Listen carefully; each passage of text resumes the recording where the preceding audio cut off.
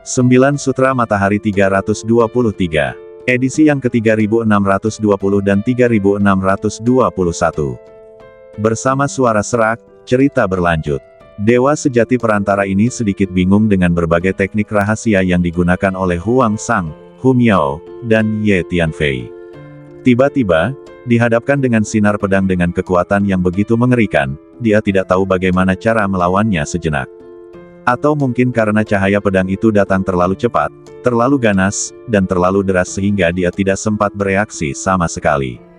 Dengan sekali hentakan, cahaya pedang yang menyilaukan menyambar dan memotong-motong dewa sejati perantara menjadi beberapa bagian di tempat. Huang Sang sudah membuat persiapan. Saat badan dewa sejati perantara ini dipotong menjadi 8 bagian, dia bergegas maju, menggunakan teknik kultivasi hantu, dan mendirikan dinding hantu untuk mengelilingi jiwa dewa sejati perantara ini. Sejumlah besar hantu dan roh jahat yang dizalimi tiba-tiba muncul, menyerbu dengan padat ke arah badan jiwa dewa sejati perantara ini. Ye Tianfei pun tidak diam. Dia menggunakan teknik bintang kekuatan jiwa. Puluhan planet kekuatan jiwa besar menyerbu ke depan dan mengepung badan jiwa dewa sejati perantara ini bersama dengan Huang Sang. Hu Miao menciptakan sejumlah besar ilusi untuk menyegel ruang ini sepenuhnya. Di bawah pengepungan gabungan Ye Tianfei, Huang Sang dan Hu Miao, dewa sejati perantara ini tidak memiliki kekuatan untuk melawan sama sekali. Awalnya ia berencana untuk merekonstruksi badannya, tetapi saat ini klon vampirnya juga muncul dan menggunakan teknik pengendalian darahnya, menyebabkan semua darahnya mendidih. Oh tidak, ada sesuatu yang terjadi. Pada saat ini, dewa sejati lainnya di sekitar menyadari ada sesuatu yang salah dan semuanya bergegas menuju lokasi ini. Cepatlah selamatkan aku. Jiwa dewa sejati perantara tidak lagi memiliki kekuatan untuk melawan balik di bawah serangan gabungan Ye Tianfei dan Huang Sang, dan berteriak ketakutan. Akan tetapi, para dewa sejati yang menyerbu terlebih dahulu menemui ilusi yang dibuat oleh Hu Miao.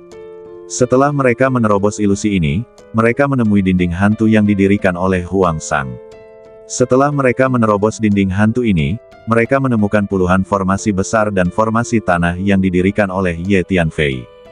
Setelah para dewa sejati ini menghancurkan semua formasi dan formasi dasar, jiwa dewa sejati perantara telah dilahap oleh Ye Tianfei dan Huang Sang, dan sebagian besar esensi darahnya telah dimurnikan dan diserap oleh klon klan darah.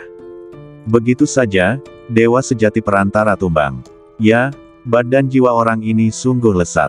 Setelah Huang Sang menelan separuh badan jiwa dewa sejati perantara ini, dia merasakan sisa rasa yang tak berujung. Badan jiwa dewa sejati adalah obat mujarab yang hebat bagi para pembudidaya hantu. Dewa sejati ini memiliki banyak sekali harta karun, dan sekarang semuanya menjadi milikku. Huang Sang telah menjarah semua barang milik dewa sejati perantara ini. Setelah inventarisasi cepat, dia merasa sangat puas dan tidak bisa menahan diri untuk tidak berkata sambil tersenyum. Siapa kau? Beraninya kau membunuh orang-orang kami dari Istana Yinsi. Dewa sejati perantara yang baru saja terbunuh adalah milik Istana Yinsi. Para dewa sejati lainnya di Istana Yinsi semuanya terkejut dan marah. Terus berlanjut, Ye Tianfei memandang para dewa sejati di sekitarnya dan berbicara kepada Huang Sang dan Hu Miao. Dengan suara keras, Ye Tianfei melambaikan tangannya dan memancarkan cahaya pedang tebal, menembus angkasa dan seketika tiba di depan dewa sejati utama. Sungguh keterampilan pedang yang mengerikan. Merasakan cahaya pedang dari Ye Tianfei, dewa sejati junior menjadi pucat karena ketakutan dan mundur berulang kali. 3 senjata sihir tingkat dewa sejati keluar dari badannya dan diaktifkan pada saat yang bersamaan. Ding ding ding. Setelah 3 kali bunyi keras, ketiga senjata ajaib itu terguncang dan terlempar mundur. Dengan sekali hentakan, kedua lengan dewa sejati utama itu terpisah dari badannya di saat yang sama dan terlempar keluar, lalu badannya terbelah 2 dari tengah. Membantu, sang dewa sejati junior berteriak ketakutan. Melihat ini, semua dewa sejati lainnya mengambil tindakan, menggunakan senjata ajaib mereka untuk memblokir cahaya pedang Ye Tianfei. Pada akhirnya, dengan perlawanan gabungan dari para dewa sejati itu, cahaya pedang yang ditebas Ye Tianfei akhirnya terhalang. Keterampilan pedangmu memang jauh lebih kuat dari sebelumnya. Kau bisa melawan dewa-dewa sejati ini hanya dengan keterampilan pedang. Hun Lao berkata sambil tersenyum. Latihanku selama periode ini terlalu tergesa-gesa. Ada banyak warisan ilmu pedang yang diwariskan kepadaku oleh paman guruku yang belum sepenuhnya ku mengerti. Dengan lebih banyak pemahaman, latihan, dan praktik, keterampilan ilmu pedangku seharusnya dapat ditingkatkan ke tingkat yang lebih tinggi. Ye Tianfei merasa cukup puas dengan keterampilan bertarung pedangnya saat ini. Sekarang, ia dapat bertarung melawan dewa sejati primer dan menengah hanya dengan ilmu pedangnya saja, sesuatu yang sebelumnya tidak mungkin dilakukan. Kita harus bekerja sama untuk mengatasinya. Dewa sejati perantara di kamp penjaga berteriak. Setelah melihat dengan mata kepalanya sendiri bahwa dewa sejati perantara dan dewa sejati utama terbunuh dalam sekejap, dia tahu dalam hatinya bahwa dia telah menghadapi musuh yang kuat dan sulit. Dengan suara keras, sebelum dewa sejati tingkat menengah dapat menyelesaikan perkataannya, seberkas cahaya pedang yang menyilaukan muncul dan menebas dewa sejati tingkat utama di tempat, menyebabkannya meledak dan berubah menjadi gumpalan kabut darah. Akibatnya semua dewa sejati merasa takut. Hanya dalam sekejap, 3 dewa sejati di pihaknya telah tumbang, dan para dewa sejati yang tersisa mulai bergerak mendekat satu sama lain. Mereka semua paham bahwa jika mereka berjuang sendirian, mereka akan berada dalam bahaya besar. Pada saat ini, Hu Miao memasang lebih banyak ilusi, Huang Sang memasang sejumlah besar dinding hantu, dan Ye Tianfei memasang lebih banyak formasi dan formasi tanah, membuat ruang ini menjadi aneh. Ruang itu terbagi menjadi banyak bagian, dan berbagai ilusi serta penglihatan muncul secara bergantian. Untuk sesaat, para dewa sejati itu tidak dapat melihat dengan jelas berapa banyak orang yang berada di pihak Ye Tianfei. Huang Sang bahkan melepaskan sejumlah besar energi mahiyat, yang langsung menyebar dan menyelimuti area ruang yang luas. Bagaimana ini mungkin? Orang ini benar-benar mempraktikkan teknik jalur mahiyat kita. Siapa dia? Ketika para dewa sejati istana Yingsu melihat ki mahiyat yang mengerikan dan merasakan energi jalur mahiyat yang kuat dilepaskan oleh Huang Sang, mereka semua merasa luar biasa dan berteriak kaget. Meskipun Huang Sang tidak berlatih teknik dao mahiyat untuk waktu yang lama, dao hantu dan dao mahiyat serupa dalam banyak hal. Huang Sang juga telah memperoleh sejumlah besar sumber daya latihan dao mahiyat selama periode ini, jadi teknik dao mahiyatnya telah mengalami kemajuan pesat dalam waktu singkat dan telah mencapai alam dewa sejati. Mungkinkah orang ini dari istana Yinximu? Apakah ada pengkhianat di istana Yinximu? Mengapa kau tidak memberi tahu kami? Dewa sejati di kubu penjaga sangat marah dan meraung pada dewa sejati di istana Yinxi. Katakan sejujurnya, siapa kamu? Semua dewa sejati di istana Yinxi bergegas menuju Huang Sang, mahiyat-mahiyat bermunculan silih berganti, dan dalam sekejap mereka membentuk formasi besar, berusaha mengepung Huang Sang. Akan tetapi, Huang Sang sekarang memiliki kekuatan tempur untuk melawan dewa sejati tingkat menengah, dan dia sama sekali tidak takut saat menghadapi para penguasa mahiyat ini dengan kekuatan dewa sejati tingkat dasar. Terlebih lagi, Huang Sang telah mempraktikkan seni rahasia mengendalikan mahiyat, jadi dia tidak menganggap serius mahiyat-mahiyat yang terus menyerbu ke arahnya. Karena energi jiwa Huang Sang jauh lebih kuat daripada para master istana Yinxi di depannya, dia dapat menggunakan energi jiwanya untuk langsung menyerbu mahiyat-mahiyat tersebut, menghapus tanda kekuatan jiwa di kepala mahiyat-mahiyat tersebut, lalu mengukir tanda kekuatan jiwanya sendiri pada mahiyat-mahiyat tersebut. Dengan cara ini, dia dapat secara paksa mengambil alih mahiyat-mahiyat tersebut. Tiba-tiba sejumlah besar mahiyat berbalik dan bergegas kembali ke pemilik aslinya. Bagaimana ini mungkin? Mengapa mahiyat-mahiyat ini berbalik dan menyerang kita? Para penguasa istana Yinxi semuanya terkejut dan marah. Saat berikutnya, Huang Sang telah tiba di depan mereka, dan menggunakan teknik kultivasi hantu untuk secara paksa menyerang lautan jiwa mereka dan mulai melahap badan jiwa mereka. Huang Sang sudah memiliki kekuatan tempur untuk melawan dewa-dewa sejati tingkat menengah, jadi tampaknya relatif mudah baginya untuk melawan dewa-dewa sejati utama seperti yang ada di istana Yinxi. Dalam beberapa saat, jiwa dewa sejati utama dilahap paksa oleh Huang Sang, dan dia menjerit melengking. Pada saat ini, Ye Tianfei sedang bertarung melawan dewa sejati perantara di kamp penjaga. Ye Tianfei melambaikan tangannya dan terus-menerus melontarkan sinar pedang yang menyilaukan, memaksa dewa sejati perantara untuk terus mundur. Wah! Siapa kamu? Apa hubunganmu dengan ahli pedang kuno di kelompok dunia Guking? Dewa sejati perantara tiba-tiba menemukan bahwa ilmu pedang yang dilakukan oleh Ye Tianfei agak mirip dengan energi pedang menakutkan di kelompok dunia Guking sebelumnya. Kamu akan mati, Mengapa kamu masih peduli dengan hal-hal ini? Ye Tianfei berkata sambil mensibir. Begitu dia selesai bicara, Ye Tianfei menghentakkan kakinya, dan sejumlah besar naga bumi terus-menerus menyerbu keluar dari menara hantu, membentuk formasi bumi besar dalam sekejap, menghadang semua serangan dari dewa sejati utama lainnya di sekitar. Duar, duar, duar. Ye Tianfei terus melambaikan tangannya, menebaskan satu persatu sinar pedang tebal, memaksa dewa sejati perantara itu mundur terus-menerus. Kekuatan serangan para pembudidaya pedang memang mengerikan. Hun Lao berkata sambil tersenyum ketika dia melihat dewa sejati perantara dipukuli hingga berantakan oleh Ye Tianfei.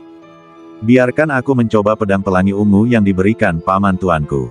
Ye Tianfei langsung mengeluarkan pedang pelangi ungu dan memegangnya di tangannya. Dia segera merasakan bahwa semua energi pedang di badannya membangkitkan dan mulai melonjak terus-menerus.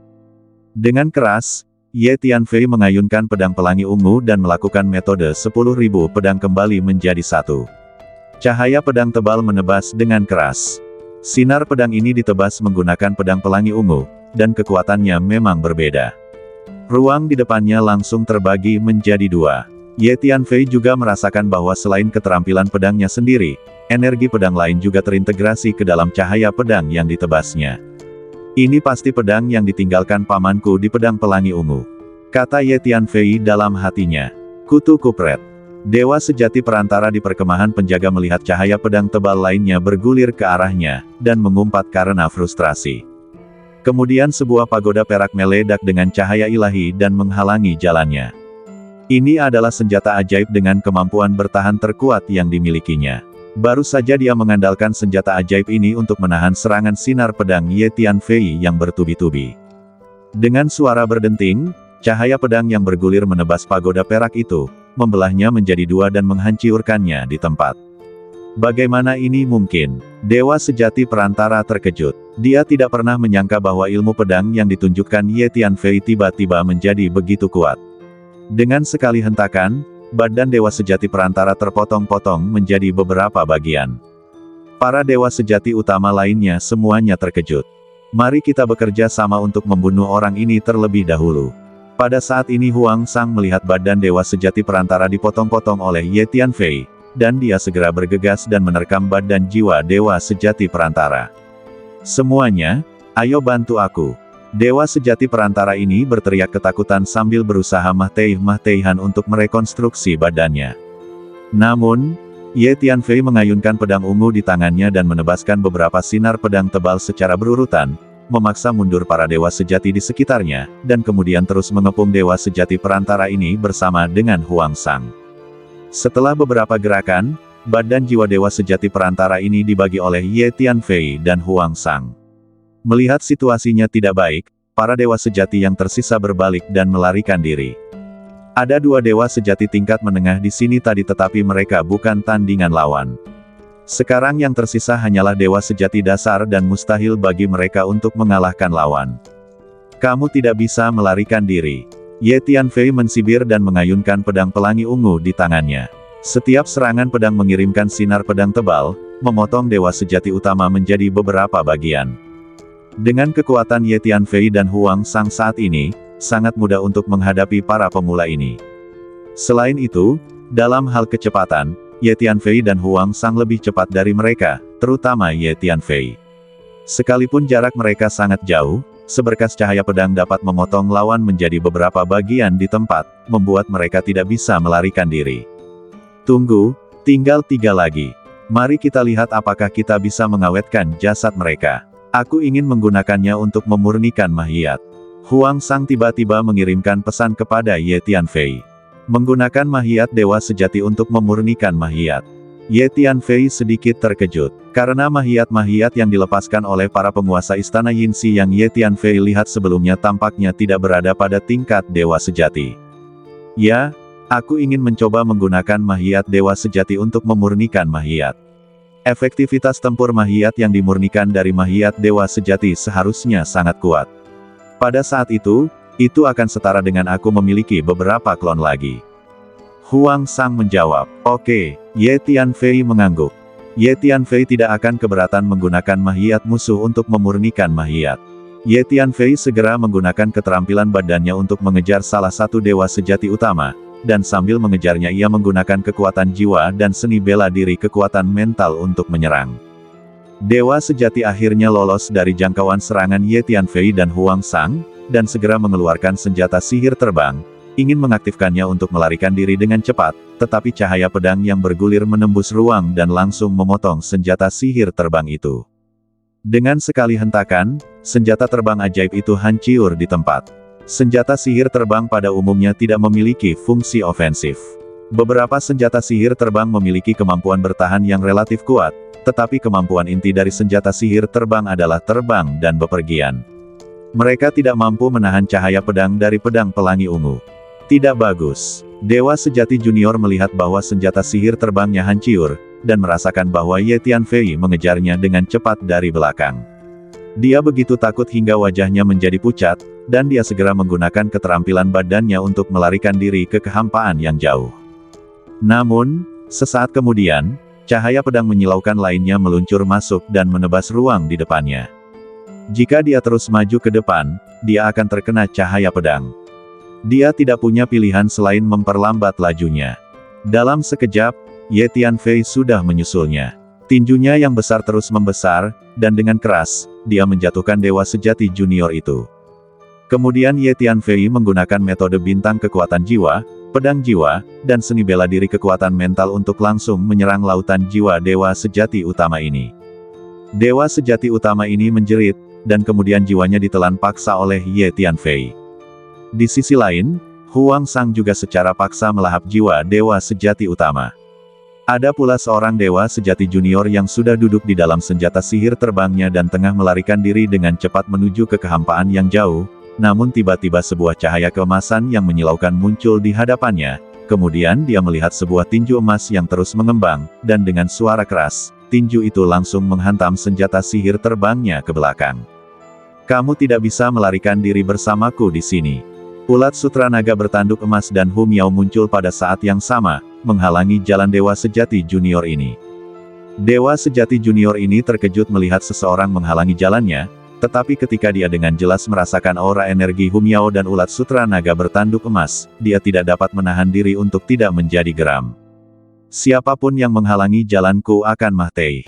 Dia meraung, mencoba mengusir Hu Miao dan ulat sutra naga bertanduk emas. Tetapi pada saat ini, cahaya pedang yang menyilaukan telah menebas di belakangnya. Tidak bagus. Dewa sejati junior merasa ketakutan. Dua senjata sihir dewa sejati keluar dari badannya dan diaktifkan pada saat yang sama untuk memblokir cahaya pedang di belakangnya.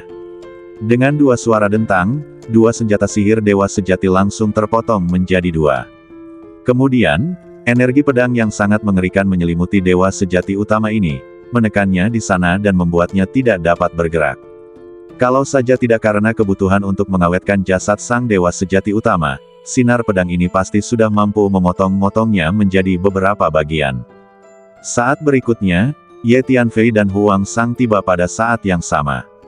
Sudah berakhir. Dewa sejati yang utama segera mengungkapkan ekspresi putus asa.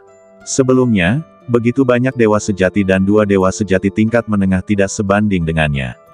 Sekarang, dia satu-satunya yang terkepung di sini. Dia tahu bahwa dia tidak dapat melarikan diri, apapun yang terjadi. Segera, jiwa dewa sejati utama ini dibagi oleh Ye Tianfei dan Huang Sang, dan badannya dikumpulkan oleh Huang Sang dan dimasukkan ke dalam kantong mahiyat hitam. Pada titik ini, semua dewa sejati di sekitar kelompok dunia Guking telah disingkirkan, dan tidak ada satupun dari mereka yang dapat melarikan diri. Namun, sejumlah besar orang dari kamp penjaga lain dan istana Yinsi mengambil kesempatan untuk melarikan diri. Kelompok orang lain dibunuh oleh Ye Tianfei, Huang Sang dan Hu Miao selama pertempuran. Setelah pertempuran, Ye Tianfei mengeluarkan jade Ruyi dan mengaktifkannya, menyembunyikan napasnya, lalu pergi dengan tenang. Ya, semua mahiyat yang ditinggalkan orang-orang itu adalah milikku. Di Menara Hantu, Huang Sang mulai menghitung rampasan yang diperoleh dari pertempuran ini.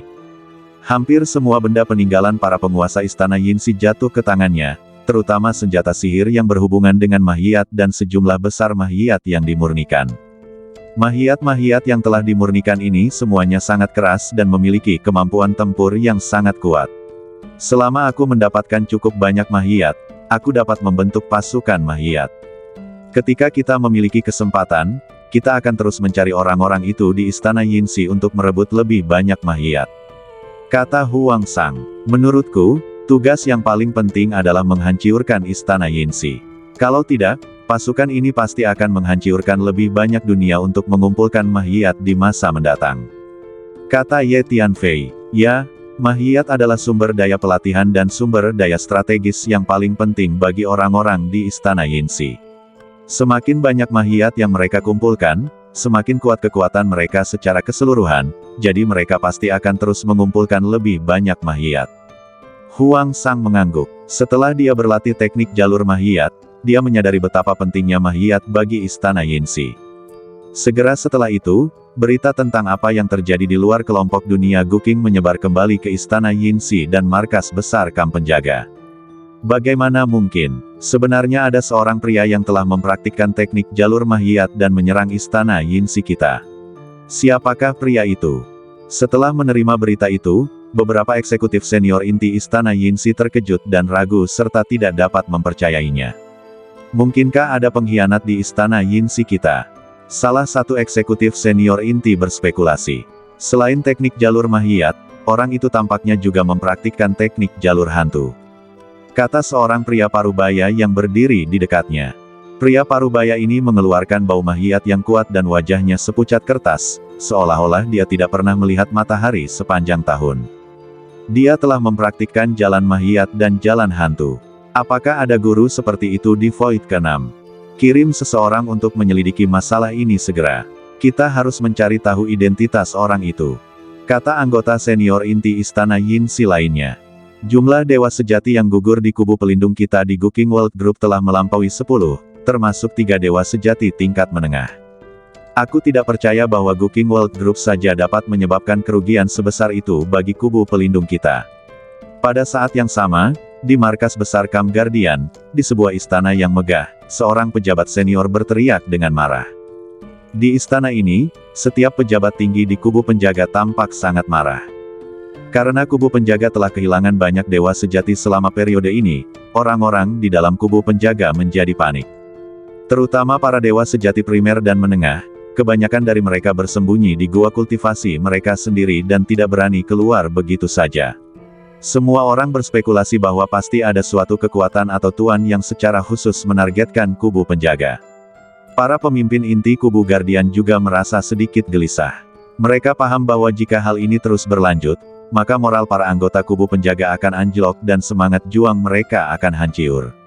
Ayo kita lakukan ini. Kirim dewa ke Guqing World Group untuk bertemu dengan pendekar pedang kuno yang legendaris. Selidiki juga siapa yang berada di balik tindakan di luar Guqing World Group, cari tahu identitas mereka, lalu ambil tindakan agar semua orang di seluruh Six Void melihat dengan jelas apa konsekuensinya jika mereka memprovokasi kubu Guardian kita. Seorang lelaki tua yang duduk bersila di tengah istana berbicara perlahan. Orang tua ini adalah pemimpin tertinggi kubu penjaga kekosongan ke-6 dan dikenal sebagai Sang Penjaga. Penyihir tua, kau harus menindaklanjuti masalah ini. Banyak dewa sejati telah gugur di Kam Guardian kita selama periode ini. Pasti ada yang aneh. Mungkin ada kekuatan tertentu atau master tertentu yang secara khusus menargetkan Kam Guardian kita. Kemungkinan besar itu adalah orang yang kau simpulkan terakhir kali. Orang tua itu memandang seorang penyihir berjubah longgar di sebelahnya dan berbicara. Tuan, jangan khawatir. Saya sudah berusaha mencari tahu apa yang dilakukan orang itu dan saya sudah mendapatkan beberapa petunjuk. Saya yakin saya akan dapat menangkapnya segera dan memastikan identitas dan latar belakangnya. Penyihir tua itu mengangguk dan menjawab. Sampaikan perintahku. Mulai sekarang, percepat proses penaklukan kekosongan ke-6. Kekuatan, keluarga, atau kelompok dunia apapun yang ditemukan oleh Kam Penjaga kita dan berani menentang akan langsung dibasmi. Orang tua itu memandang sekeliling aula dan kemudian berbicara dengan keras. Kepala penjara, apakah kita benar-benar akan mengambil tindakan? Setelah mendengar perkataan lelaki tua itu, para petinggi Kam Penjaga lainnya di aula istana semuanya menjadi gembira, dan seorang dewa sejati tingkat tinggi tidak dapat menahan diri untuk bertanya. Ya, kita bisa memulai aksinya secara resmi. Ini perintah dari markas besar. Jangan khawatir, markas besar adalah pendukung kita. Jika perlu, markas besar akan mengirim orang untuk mendukung Void ke-6 kita kapan saja. Singkatnya, kubu Guardian kita pasti akan menguasai Void ke-6. Bukan hanya Void ke-6, tetapi 8 fragmen Void dari seluruh Laut Chaos Void akan segera menjadi wilayah sebenarnya dari kubu Guardian kita.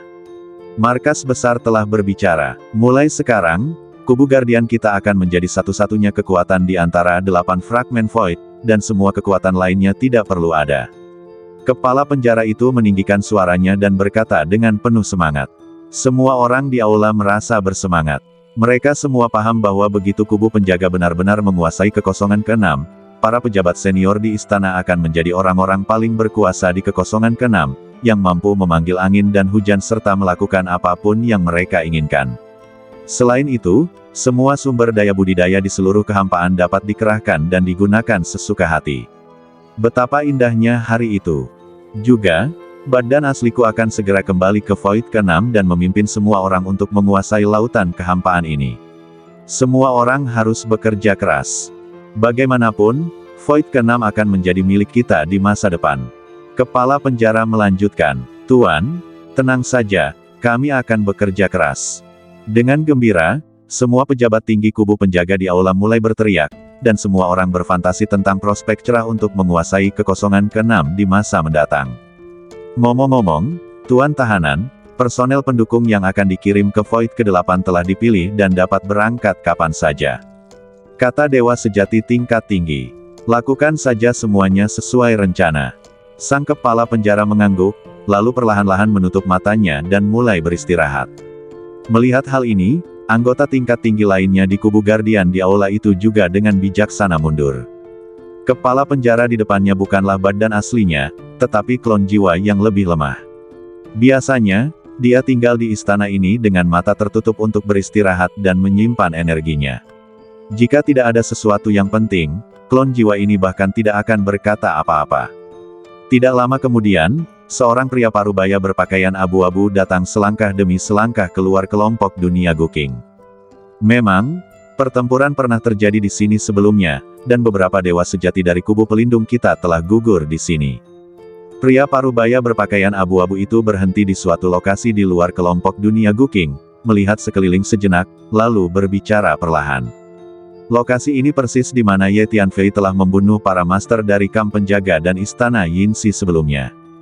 Memang di sini, aku perlu menyimpulkan dengan hati-hati untuk melihat apakah aku bisa menangkap napas orang itu. Seorang penyihir tua berjubah longgar mengikuti di belakang pria parubaya berpakaian abu-abu dan berbicara. Setelah mengatakan ini, penyihir tua itu duduk bersila dan mulai menggunakan teknik rahasia deduksi untuk menyimpulkan. Rune yang berhubungan dengan deduksi terus-menerus terbang keluar dari sela-sela telapak tangannya, menembus ruang di sekitarnya, dan mulai melacak kembali berbagai peristiwa yang telah terjadi di ruang tersebut. Orang itu tampaknya memiliki senjata sihir tersembunyi yang sangat canggih. Tampaknya asal-usulnya tidak sederhana. Senjata sihir tersembunyi yang canggih seperti itu bukanlah sesuatu yang dapat dihasilkan oleh kekuatan biasa. Apakah benar-benar ada kekuatan yang kuat di balik orang ini? Setelah menyimpulkan sejenak, penyihir tua itu berkata sambil mengerutkan kening. Pada saat yang sama, pria parubaya berpakaian abu-abu telah berjalan memasuki kelompok dunia hijau kuno. Setelah merasakan sejenak, dia telah tiba di depan ruang di mana kuil pedang sebelumnya berada, dan matanya memancarkan dua sinar cahaya yang tajam. Tuan, saya tidak peduli apakah Anda adalah badan asli atau hanya sisa jiwa, atau bahkan hanya tanda kekuatan jiwa. Di kekosongan ke-6 ini, bukanlah pilihan yang bijaksana bagi Anda untuk menjadi musuh kamp penjaga kami. Pria parubaya berpakaian abu-abu itu melihat lokasi kuil pedang dan berbicara perlahan. Setelah mengatakan ini, dia terdiam, menunggu jawaban. Akan tetapi, tidak ada respons dari angkasa luar. Tuan, apakah Anda berencana untuk melarikan diri? Tidak perlu. Keluarlah dan temui saya. Sesaat kemudian, lelaki setengah baya berpakaian abu-abu itu mensibir dan berbicara lagi. Akan tetapi, tetap tidak ada respons dari angkasa luar. Kalau begitu, aku tidak punya pilihan lain selain mengajakmu keluar sendiri. Akhirnya, Lelaki parubaya berpakaian abu-abu itu menjadi sedikit tidak sabar dan berkata dengan nada tidak senang. Setelah berkata demikian, dia mengulurkan tangannya, lalu sebuah belati yang tampak sangat biasa muncul di telapak tangannya. Pria parubaya berpakaian abu-abu itu dengan lembut mendorong telapak tangannya ke depan, dan belati itu melayang ke udara dan perlahan-lahan melesat menuju ruang di depan. Mula-mula, belati itu hanya bergerak maju perlahan, tanpa terlihat mengeluarkan tenaga apapun. Namun lama-kelamaan terdengar suara gemuruh yang semakin mengerikan dari belati itu, dan ruang di sekitarnya pun mulai bergetar pelan mengikuti irama gerak maju belati itu. Pada akhirnya, seluruh ruang kelompok dunia Guking mulai bergetar hebat mengikuti irama belati. Satu demi satu, suara gemuruh yang amat mengerikan bergemuruh dan bergema di setiap inci kehampaan di setiap dunia di kelompok dunia ini. Terlihat dengan mata telanjang bahwa kemanapun belati itu diarahkan, ruang di depannya mulai musnah inci demi inci, menjadi ruang yang benar-benar gelap tanpa energi, hukum, atau apapun. Tuan, Anda tidak bisa bersembunyi dariku, jadi keluarlah dan temui aku. Pria parubaya berpakaian abu-abu itu mensibir. Pada saat ini, dengan suara bang cahaya pedang yang menyilaukan tiba-tiba muncul dan bertabrakan langsung dengan belati itu. Energi benturan yang amat dahsyat langsung menjalar ke segala arah. Pada saat ini, ruang seluruh kelompok dunia Guking tampaknya terbalik. Pria parubaya berpakaian abu-abu itu merasakan energi pedang mengerikan yang terkandung dalam cahaya pedang, dan terkejut dan mundur beberapa langkah.